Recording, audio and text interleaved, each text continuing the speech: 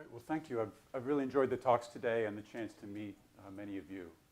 So I'm Jonathan Corum from the New York Times. 1 year ago today, I took this picture. So I was flying over the Ross Ice Shelf in Antarctica in the back of a LC-130 cargo plane with 3 other journalists from the Times. And we were there to try to understand how you conduct research from the back of a cargo plane, right? How do you run a science program from a heated tent on the edge of an airstrip on this sheet of flat white ice? And we also wanted to know who are the people who travel halfway around the world to kind of spend that Antarctic summer supporting science and keeping a small town running on the edge of this inhospitable continent. And of course, we were there to try to sum up and try to gather as much of the incredible scenery of Antarctica as we could. And so we spent 2 weeks there, and we came back. I think I took about 5,000 photographs, and we had about 11 terabytes of video data, most of that 360-degree video. And then, so the question is, we come back to New York, and we're like, oh, that was a great working vacation, but now what do we do with all that material? And so I'll try to answer that. But before I do, I want to talk a little bit, just quickly, how I work with other people's data, with published data. So I'm the science graphics editor for the Times. A lot of the projects that I am involved with begin like this, like in a published paper or a paper that's about to be published. And if you've seen any of my talks before, you know that, So there are many specialists in this room, and I don't have the vocabulary to talk to you at a high level about your specialties, right? So one of my roles at the Times is, in some cases, it feels like I'm less a designer and more of a translator, right? So I'm trying to go in, I'm trying to understand the academic terminology and then not use that, but try to find some way to translate that to a general reader. Right? And if you've seen my talks before, you'll know that one of my favorite papers I've ever worked with was this one, right? Which is the kinematics of foraging dives and lunge feeding in fin whales. So my job is to go into that paper and to try to pull out the essence of it. Can I figure out what the scientists found, what got them excited? But maybe I won't use these words to try to explain. So this is part of the process of just simplifying, right? That there may be some level of complexity that is required or expected at an academic level. But maybe some of that I can put to the side and try to focus on the core of what that scientist was trying to communicate. And the idea itself was quite simple, right? You go out and you find a whale and you put this device on its back. And they were tracking these fin whales as they make these deep feeding dives for krill. But the temptation, once you've gone through that process of collecting the data, finding the whale, right, coming back, is to show all the data in your paper. And that may be more than what I need to convey that idea to a reader. And so my goal then is, are there little ways that I can find to be more concrete? Can I move from sort of that abstracted data that has come a pretty fair distance from that event that actually happened, like a whale diving? And can I try to be a little more concrete? And so a little later on in the paper, I found this chart, right? And I was very happy to find this. It's a depth chart. And so the black line is the whale at the surface, making this deep feeding dive. And each of these little bumps here is it's lunging at a school of krill. And then it comes back to the surface to breathe. But the scientists, you can see, cut out the whole middle section of the chart, right, to make room for more charts. But I have the luxury of more space, so the first thing I did, I got in touch with the researcher, and I said, could you please send me the data? It doesn't look like there's much that's missing, but could you please send it? And when I charted that at the same scales, it looked like this. So now, this is great, right? This is something I can explain. This gives me a visual framework for a part of the study. Right? So now that I have that overview, I'd like to find ways, can I show movement? Can I show change? Right? It's very hard to tell a story, even a very small story, without that sense of movement or change. And in another paper by the same researcher, I found this chart, which is great. It's actually these quite elegant drawings of a whale. But they're kind of attached with these radial lines to this very complicated chart that's trying to show 4 or 5 different things about the angle of the mouth, the volume engulfed by the mouth, right? It's more than I need to tell this story. So maybe I'll pull one line out. Maybe I'll pull the black line, speed, out. And instead of one chart, maybe I'll split that up and give each of these whales its own line. Right? So this becomes the framework of the graphic. I have the large scale and then the smaller scale. And now we sometimes say, like on the graphics test, that the most important thing that we do is to try to annotate the chart. And particularly in science communication, I want to try to avoid that, what I sometimes think of as the figure one problem, right? Where the text to understand a graphic is over here, and then the graphic itself is here, or on a separate page. And so the act of reading becomes this zigzag back and forth between trying to read something here, remember it, apply it to the chart, come back for the next little piece of information. So I don't want my reader to have that kind of zigzag reading, understanding experience. But the chart itself gives me, space that I can use to put the text, put the annotation where it belongs, or where I can help explain what's around it. So this was the framework, and then this was the final piece. Right? And if you look closely, you can see a little whale at scale riding its chart up and down. Right? To try to give that sense of, even though there's a scale there, a little bit of an intuitive feel. So I think each of those steps is really, it's trying to reveal patterns that are in the data, right? And not to impose patterns that I create myself. So yes, at the end of a project, I might be looking for a cover graphic or a nice design, but I don't want to have a preconceived notion of what that design might be. I'd like the data or the imagery to lead me to that design decision. Right? And then I use text sort of around and within that design to then explain the topic. I think this kind of adds up, for me at least, to this idea of respecting the reader, respecting that somebody else is going to receive this graphic. And that I'm not, by the time I've done the research, I don't want to just spit back what I've learned at myself with all my previous knowledge that I've just acquired. Right? It may have taken me days or weeks to come from not understanding to understanding. There may have been dead ends along the way. But can I cut those apart? Can I lead the reader on a simple path from where I was before to maybe what I've found out or what I've understood about the scientist's work? So trying not to be my own audience for my graphics. So this is the Times graphics test as it appeared last year, and we have some very recent additions. So it's changed a little bit. But I think that everyone here, although they might phrase it differently, I think they all have that kind of respect for the reader, right? And that they're not making graphics for themselves.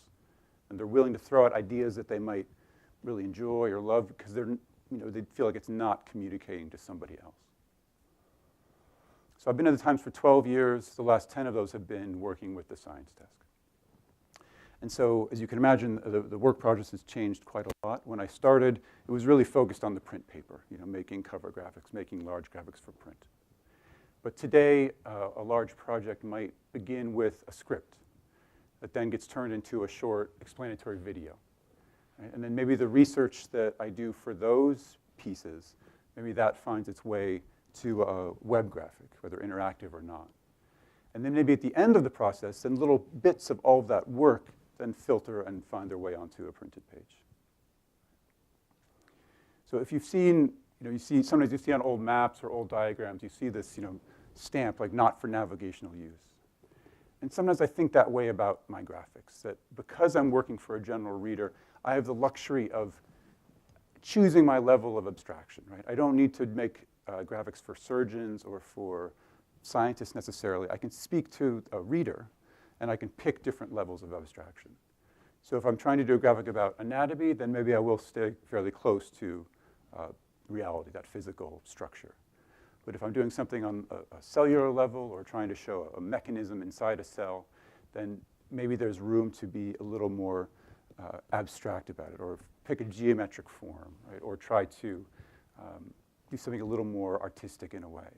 And so I can try to abstract some of the details away to focus in on that process or that structure that I'm trying to explain.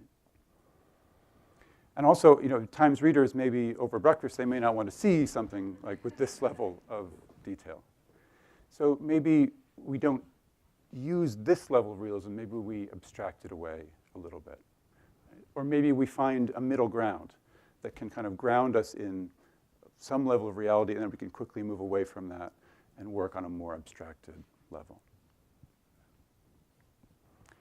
So apart from things like illustration, one of the great joys for me in working in science is just working with raw imagery and raw data. So we have things like the Curiosity rover rolling around Mars for several years, sending back pictures. And so for me, one of the just great joys is taking kind of that raw imagery that was just taken on another planet yesterday, and then turning it into panoramic imagery. And so we realized a few years ago that there's so much of this imagery, especially about space topics out there, that is maybe produced by NASA or another agency. It's used once, and then it's just sitting there. And we realized that a lot of this could be used and pulled into sort of explanatory videos about different topics. So I produced this series called Out There. We've made about 21 episodes so far. They might be about 2.5, 4-minute pieces. We might pull from 10 or 20 different sources of imagery. And so the challenge is kind of like collage. It's taking those kind of the best moments and can I piece them together into a story that makes sense, right? That feels like a unified whole.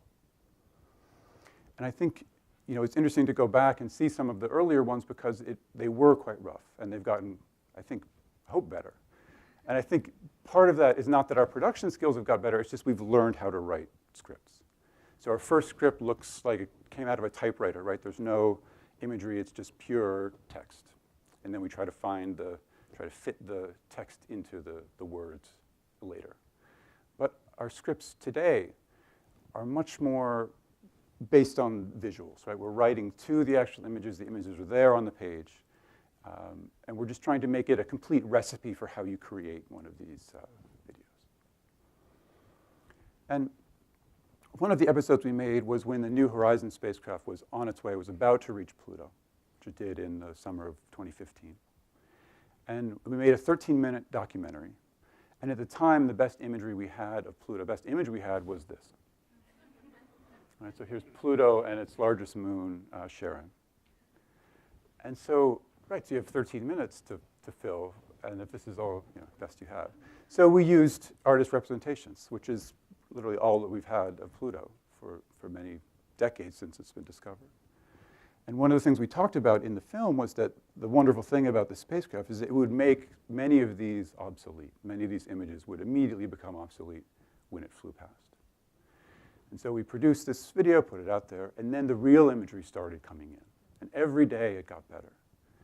And it was here, we're seeing this one. It was a little fuzzy, but you start to see something here. And then I went in early one morning, and this came up on the screen, and I was just stunned. I thought this was one of the most amazing photographs that I'd ever seen. It was a world revealed. And so we knew immediately that we wanted to make some kind of a follow-up. We wanted to do something with these incredible images that really the whole world saw. At the same time, there were people in other people in the Times who were working on virtual reality. And we thought, well, maybe we could combine the two. And so I'd worked with the Lunar and Planetary Institute on some other Out There episodes. They were collecting data from New Horizons, and they were building these terrain maps of Pluto, which were quite stunning. And so they provided us with this data. We then we got a model of the spacecraft and started to build a virtual world, right, that we could fly a virtual camera through and film in all directions for virtual reality. So this is the spacecraft in that sort of rendering environment. And then when you have the headsets on, it looks like this. And so this was my first VR project. It was one of the first ones that we'd done significantly or in-house. And so there were quite a few design challenges. One was to show scale, right? To try to convey planetary scale on this limited number of pixels, right, that you're holding up to your face. And so this is about the relative size of Pluto and Charon. It's about the right distance. It's a little awkward, right, for that video. So at the time, NASA was using many images like this, right, sort of a hybrid. Maybe the size is correct, but they're compensating for the distance. So we thought, well, if NASA's doing it, then we can find something in between that and the reality. So this was our rendering of Pluto and Charon. we wanted to show motion, but not too much motion, right? We wanted to avoid any kind of motion sickness. So we learned fairly quickly that if you're moving in a straight line, you're fine, forward, or if you're moving in a straight line sideways, you're fine. But all those kind of dreams we had of spiraling over the mountains and coming in, just none of that was going to work.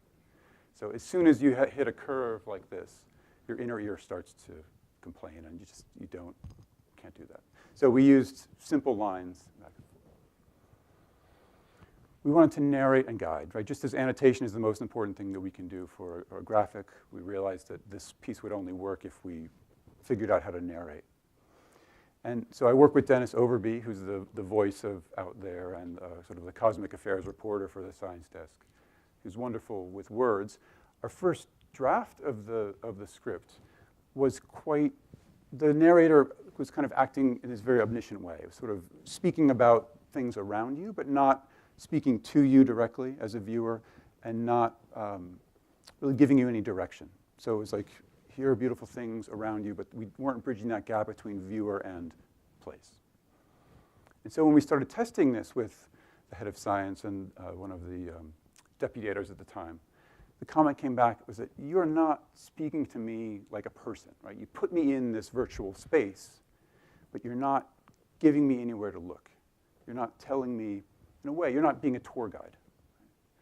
So this really changed the project for me. And we went back and we completely overhauled that script. And we tried to find a happy medium between that kind of omniscient narrator and then a too obnoxious tour guide who's saying, look here, look here, look here. Right? So we tried to strike a balance there. We wanted to orient you correctly in space. So we were working in an environment that didn't make this easy, but we spent a lot of time trying to make sure that the stars just simply lined up when you were at Pluto. What would they look like? And I'm glad we did, because the first astronomer that we showed it to, within about 10 seconds of looking around, was like, you got the stars right. And that would have been very embarrassing if we had not.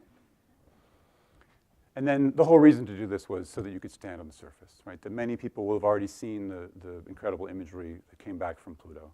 Can we take you to the surface? And so this is about as close as you can get with the New Horizons data.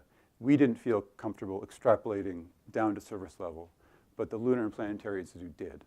And so working with them and the scientists there, we came up with ground scenes for 2 locations, one in the mountains on the edge of this icy plain, and one in this crater, this ancient impact crater. And so from here, in VR, I can't, at least not yet, we can't tell exactly where you're looking. But we can begin to, if I have a scenery like this where I can say, look at that icy rim. And then when I'm pretty sure you're looking in that direction, then I can say, well, behind and above you is the distant sun.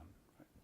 So we can start to cue you in subtle ways to sort of encourage you to look in different places without being, look here, look there. And so this was Seeking Pluto's Frigid Heart. You can find it here. It's very difficult to share virtual reality with an audience, right? I can give you a glimpse of it. We've tried things like giving everyone a headset, which you have, and then saying, press play now, but that's can get a little awkward.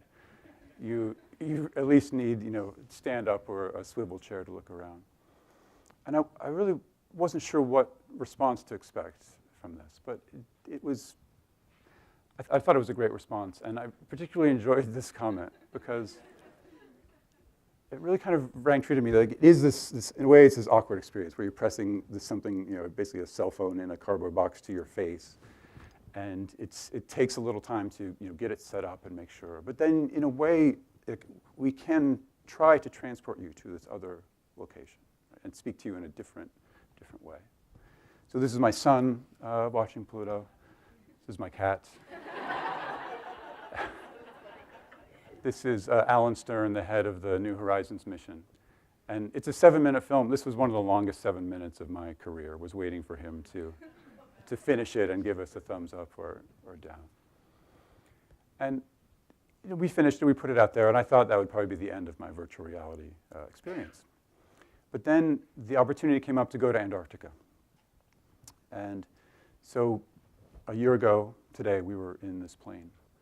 And so for there, we had a set number of goals that we wanted to try to accomplish. Right? So one was to show that, that Antarctica is a dynamic place, that it's not the static ice cube that I think many people have that image.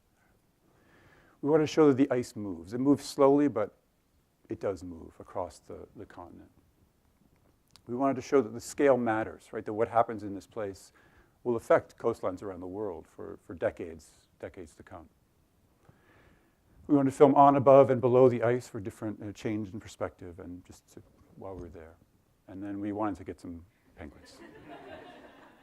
I thought we couldn't come back to New York without at least a couple penguins. So I was kind of looking for inspiration, and we all were looking for inspiration in different ways. And two things that kind of stuck out to me were, one was a paper about Greenland that I'd seen years ago and used in a graphic. And at the time, I was really trying to struggle with how can I show that ice is moving across Greenland. And I found this chart, or this image, and the colors are indicating how fast the ice is moving across the continent. And I thought this was an incredible image. So I got it from the researcher, I put it on a blank piece of paper, and then I started designing. Right? So this is probably over the course of 2 weeks. I'm trying to figure out what sequence of smaller graphics can I use to help explain this larger image. I'm trying to figure out how does it fit on the page? Do I need more width? Do I need more height?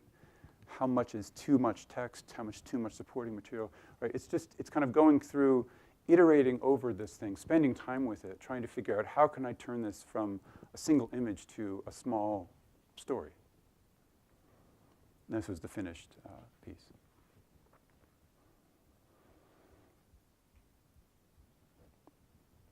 And how it appeared on the page. And the second project was I had nothing to do with, but I thought was really a stunning use of drone imagery of Greenland. Right? And then you see the drone, you start to read the story. And then fairly soon you're brought into what looks like a map. Right? It looks like sort of an almost continent level map. But then as you scroll, it starts to bring you closer and closer. Right? If you've seen the movie Powers of 10, it's almost like that in reverse, where you're given a box and a constantly updating scale. And we're going from that continent level down to essentially ground level. We can see the actual tent that the researchers are using. Right? So I thought this was a really incredibly effective way of linking those scales, linking that sort of continent level scale with people on the ground doing the research. So to do this, we needed to come up with a way to show that flowing ice, right? To kind of make a similar connection in virtual reality. So we worked with data from the British Antarctic Survey to get the bedrock. And you'll see, you can kind of see here, some of these areas are quite fuzzy. Like actually we know more about Pluto's terrain than we do about some of the under ice shelf geology of Antarctica. And this was our version of that data after we'd worked with it. And then from the Snow and Ice Data Center, we got velocity, which is similar to Greenland. And so bringing this into a 3D model, and I should say that this is many people were involved with this work. So if this is the model, this was an initial prototype of Antarctica with the ice, then we can peel the ice away, show you what the structure looks like, and we talk about that, and then put the ice back on. And then when we add flow data and atmosphere and clouds, right, then we can come up with a scene like this that we can put underneath you as you're looking in a headset. And so the flow data is these kind of ice streams in blue that are moving across the continent to try to convey that motion, that movement. So this became the Antarctica series. You can find it here. It's a group of 4 films. The first one is diving under the ice with research divers. You can swim with seals. The second piece was a helicopter flight through the McMurdo Dry Valleys, which is I think one of the largest ice-free areas of Antarctica, and just spectacular scenery. Third was about McMurdo Station, like the main American base there, and what it takes to conduct science and support a small town, really in this remote and hostile environment. And then the fourth piece was flying with the scientists in the back of a plane as they fly over that ice shelf and try to map the bedrock structure underneath. And yes, we did get our penguins. So when we film VR, we want it to feel like you're standing there. So most of the time we have the camera at eye height. But for the penguins, we decided to make an exception. So we had a penguin cam set up. And then all the work that went into that project, then we started to pull pieces out of that, right? And then build interactive graphics for a series of 3 articles by Justin Gillis about climate change that gave a little bit more perspective than we could give in VR about the research that was happening, about what we've learned about Antarctica. So that sort of material, the work flowing from virtual reality to web graphics, and from there into print. So this is Larry Buchanan on the desk was working on the print graphic. These are, I think this was maybe the night before, kind of going through, trying to come up with final revisions for 3 pages in the Times. And I think he just did a beautiful job of using the resolution of paper to give this really lovely texture and kind of indicate this motion, this movement of the ice. So in preparing for this talk, I realized, well, I've been writing science scripts now for quite a while, for 2 or 3 years, for video and for VR. And so I thought I'd try to sum up have I learned anything in this process, right? And so for me, I think the first was to kind of think in scenes and to not think of necessarily, don't start out by thinking as an entire piece, but what are the individual scenes that I can explain? And then how do I arrange them into something that tells a larger story? I try to narrate what you can see. Right? That for any topic, there may be hundreds of asides that may not be quite visible, but they're somewhat relevant to what you see. And we just try to cut all of those away and really focus on what can I show you and then explain, especially in VR. Right?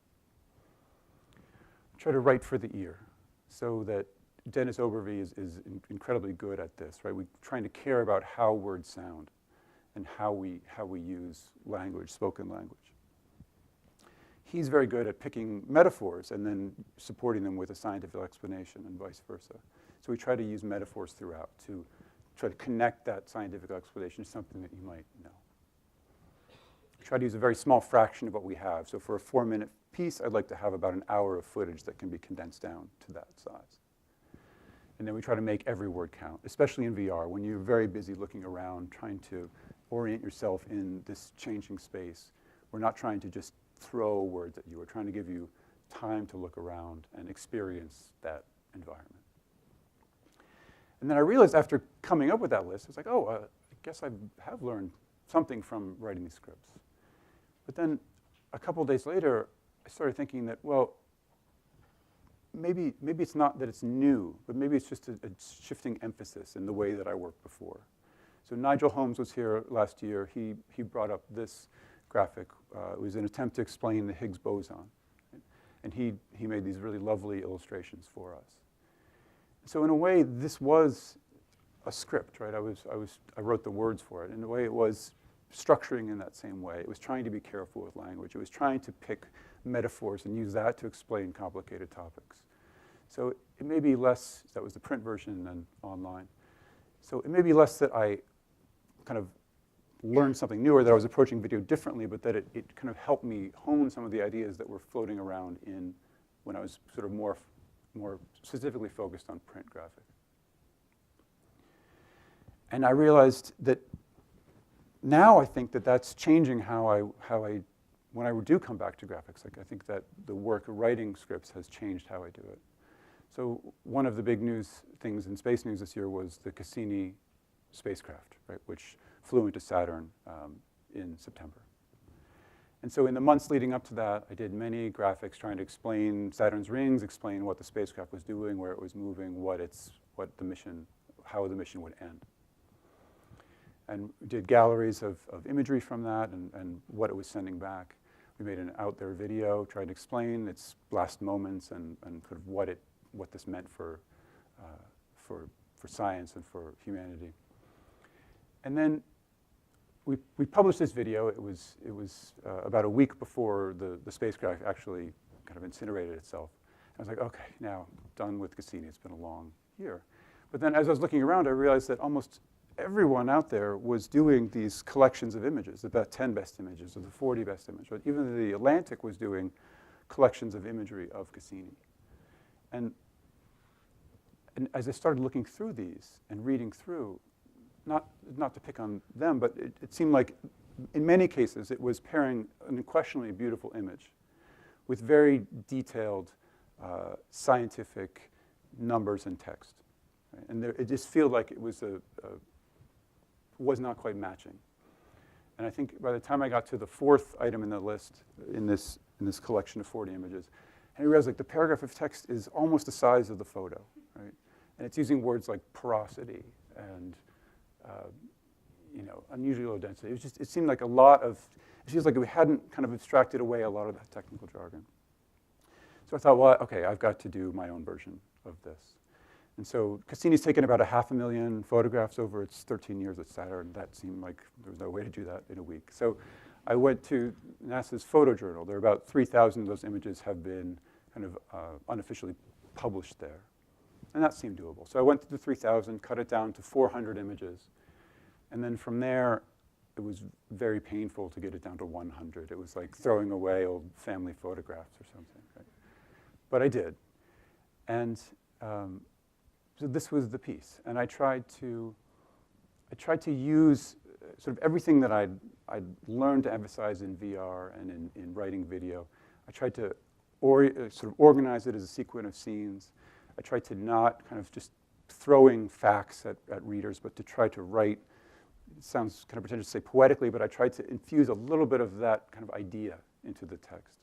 I tried to make it so that the images would flow into each other thematically, and just tried to kind of take myself out of the picture a little bit, right? To kind of let the images come to the front. And this is especially on a phone, it's a long way to scroll. But a surprising number of people made it to the bottom, and actually, and actually seems like they read it, and the comments were great. I think that I'd never really had people cry over my graphics until I started making the out there videos, and then occasionally. But now, like, if I can get you to cry, then that's great. I've touched something, right? That's great. So I've enjoyed this. And I think there was a collective sorrow about Cassini in general, like for some people online, and that a lot of that, or pieces of that, kind of directed this way. And so it was nice to see, it was nice to work on something that was not virtual reality or not video, but to try to infuse some of that same ideas. And I think what the years of writing the script really gave me was permission to not feel like I had to explain everything, right? That I can try to come up with a subset, or I can try to just abstract away a little of that, right? And try to just be a little more careful about how much information I'm including. And so when I was preparing for this, I realized that 10 years ago, this week, I made this map. This is it's my first year in science. And this shows Lake Vanda, right, in the dry valleys. And as soon as I saw it, again, I realized that, well, yes, this map is correct in this orientation, but if you're actually on the ground, it should be this way, like north is that way. So at the time, I had one thing to say about this lake, right? And that was about it. But now that I've flown through that valley, right, now that I've come back and read about it and tried to understand all the research that's been happening there, right, now that I've seen what the valley looks like from the air, right, now that I've touched down in a helicopter and got out to stand there and try to figure out where are we going to film to capture this incredible space, right, and looked out across the lake. Well, now I've gone from having one thing to say about it to having hundreds of things to say. But maybe the reader, maybe the viewer doesn't need to hear all those hundreds of things. So whether it's this landscape, right, or this, right, I've just been recently just trying to find ways to, in the same way maybe that I pulled the whale out of the graphic, right? Can I pull out some of the essence of the research, essence of the larger picture, and then use that. And in a way, try to let the images speak for themselves. Thank you very much.